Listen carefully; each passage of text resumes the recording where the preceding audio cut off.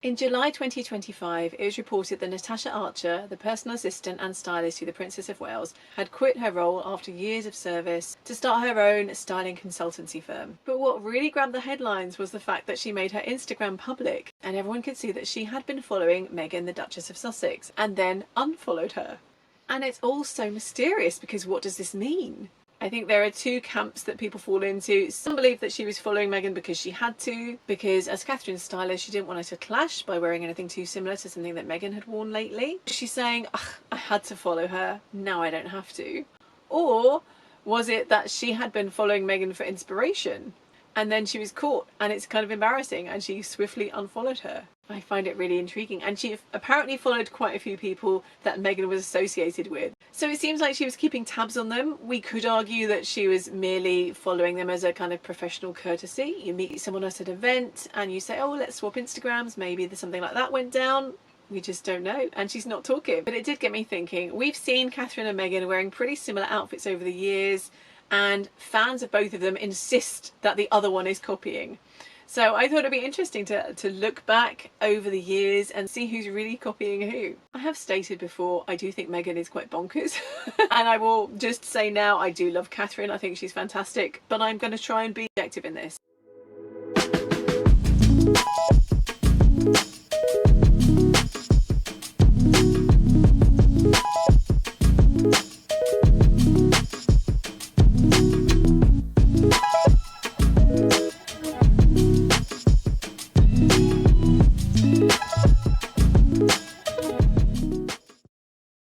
Hi everyone, I'm Rosie Blythe. I'm the author of the Princess Guide to Life book series, and on this channel we talk about everything from spirituality to books to TV characters we love and hate. And today, this is my first royal video. It feels like it's been a long time coming because I love consuming that kind of content. I think if you consume a lot of a particular kind of content, in the end you start wanting to create it yourself because you're like, I have opinions on that too. And just a quick note, I have to apologise for using the name Kate in the title of this. I know it's Catherine. I don't think she ever actually goes by Kate. That's certainly a tabloid thing, but now I get why tabloids use it because everyone else calls her Kate, so it's just easier to get people to know who you're talking about. Also, a lot of people have said how much Catherine's style changed once Meghan joined the royal family. I have to say, I never really noticed that. Like, there were maybe a few changes. I know that she wore the same brand of shoes at one point, but I've always seen Catherine's style as being very royal. It's very regal. She goes for very tailored. I think the word classic is almost overused. I would say almost like old-fashioned. You know, you see videos, you see pictures and videos of her and she looks like someone from the 40s, and it's fantastic. Whereas Meghan is much more of a modern dresser. She goes for much more of a kind of unstructured, loose-fitting, I mean, even a wedding dress, like that is her kind of her signature look. Whereas Catherine's is always very fitted and very tailored. So yeah, I'm intrigued because I haven't really delved into it that deeply before. And I did used to work as a TV stylist, so I guess I should have an opinion on this. I'll be intrigued to kind of take a look at these pictures today and give you my verdict. So I'm going to start with the dress Catherine wore for her wedding reception. We all remember the iconic lacy sleeve, full train skirt she wore at her wedding, but she also wore this lovely little number for the reception, much more practical for dancing. So like her main wedding dress, this one was also designed by Sarah and for Alexander McQueen. Now, we know that Meghan was well aware of Catherine's existence and her status as the future queen because she actually wrote about her rather scathingly in her now defunct blog, The Tig. So she says she's not interested in being a princess like Kate, basically dismissing it as being something for little girls. Well, she's all about the power. But it's interesting that at her own wedding to Trevor Engelson, which came only about 4 or 5 months after William and Catherine's, Meghan actually wears quite a similar dress. It's less sculpted than Catherine's, and it's almost like a gathered bandeau style with a little V cut into it. So there's a definite similarity with the glitzy belt, which wasn't a staple of a whole lot of wedding dress designs in 2011. And of course, Meghan's dress is too long, but that's a subject for a whole other video. Then we have this blue one-shoulder dress, which some people took to be an exact copy. Meghan wore hers in February 2022 at the NAACP Image Awards. Contrast this with Catherine's dress, which she wore for her surprise piano performance for the intro of the Eurovision Song Contest final in May 2023. And it's a bit harder to see the dress as a whole, as we only see Catherine sitting down, but it looks like it has quite a full skirt, and we can see there's a kind of chiffony left shoulder which ends up falling down like a draped sleeve. So Meghan wore the blue one-shoulder dress first, but there's a gap of well over a year between these two looks. And something else I think is interesting is that this widely circulated picture of Catherine makes the dress look like it's two-tone, because the lights are shining on one side and making that left shoulder look a little more bluey green. But the dress itself is actually one colour. So I'm not going all conspiracy theorist on you, it's just the way the light's hitting it, but I think it's funny that people maybe thought this dress was more similar to Meghan's than it actually was. I also want to point out that Diana has worn several one-shoulder dresses in shades of blue or teal, which either or both of these ladies could have been inspired by. But who has copied Diana the most will have to be a whole other video, so look out for that one coming at some point. Meghan wore white or a light top and trousers and heels with a very light beige or maybe cream trench coat for the Invictus Games in September 2023, which is a really nice, light, fresh look when you're just on that border between summer and autumn. Catherine went for a very similar look for her Christmas Carol concert in December that year, so just a few months later. And again, I think this is a great look for Christmas, especially when everyone's expecting you to be on red or green. In fact, I'm pretty sure I talk about this in The Princess Guide to Christmas. A quick plug for my own book there. So I will let Meghan have this one. Although my research did also turn up this pretty similar look that Sophie, who's now the Duchess of Edinburgh, was wearing decades ago. Now we come to the black suit, white shirt look, which was thought to be Catherine copying Meghan. We can see Meg is wearing her Alexander McQueen suit to the Endeavour Fund Awards ceremony in February 2018. Then Catherine is wearing a similar look 5 years later in January 2023 when she met with experts to consult on her work in the Royal Foundation Centre for Early Childhood. However, a black suit with a white shirt isn't exactly the most original or outlandish outfit, it's pretty much a classic. And Catherine was wearing fairly similar looks back in 2014. We can also see Kim Kardashian in January 2013, Kim Basinger in 2012.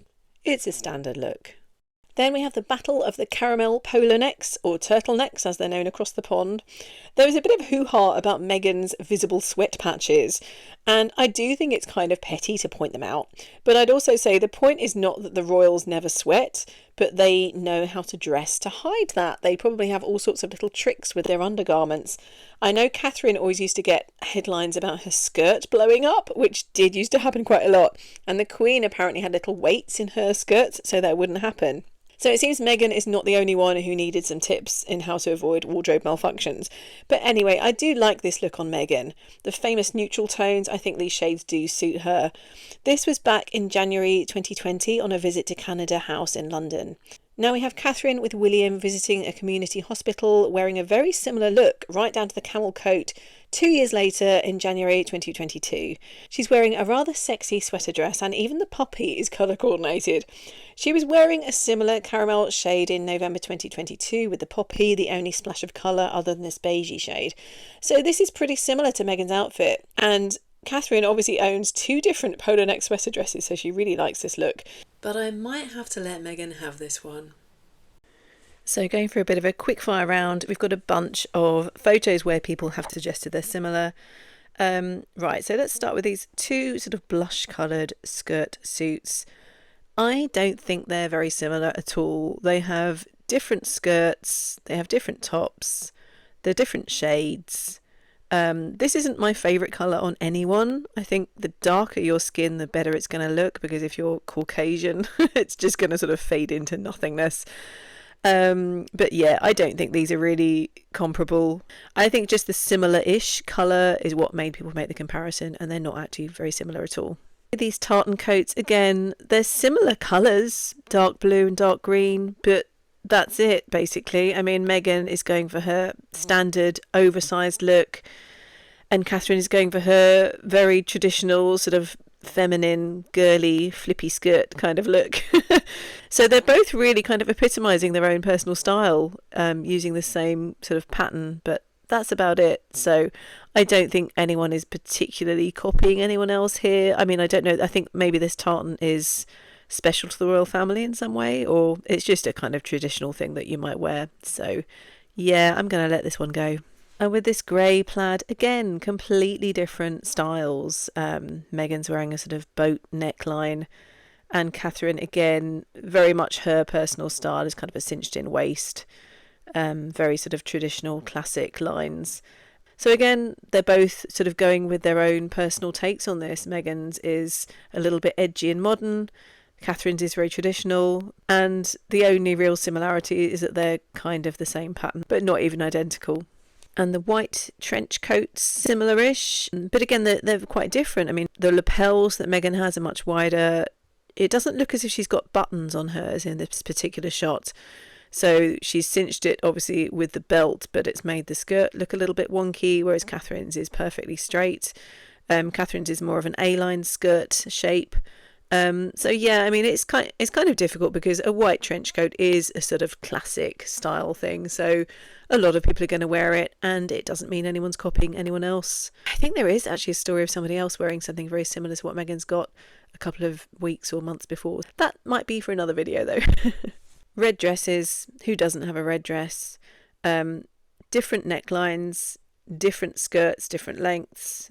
They're a pretty similar shade, but that's about it. So yeah, I mean, most women have a red dress somewhere in their closet. I know I do. So yeah, I don't think this is anything noteworthy, to be honest. Everyone was raving about the bright yellow outfit Meghan wore for her interview with Emily Chang for Bloomberg's The Circuit in August 2025, but eagle-eyed viewers noticed that the long skirt and sweater ensemble had already been worn by Catherine in bright red when she made the keynote speech at the Forward Trust's Taking Action on Addiction campaign launch in October 2021. And yes, they are super similar wardrobe choices, 4 years apart. Maybe these ladies do just have similar tastes sometimes, because both of these looks really suit their personal styles. It must be really annoying if everything you want to wear your famous sister-in-law has already worn first and people are going to remember it, even if it was years ago. And I think I too would just say, oh screw it, I'm going to wear it anyway because I like it. So yes, it is twinsies, but I'm going to give Meghan a pass here. You see, I am being objective.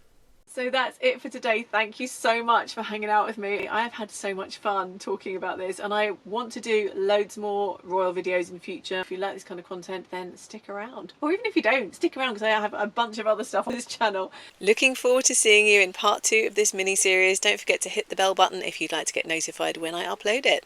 Take care. Bye.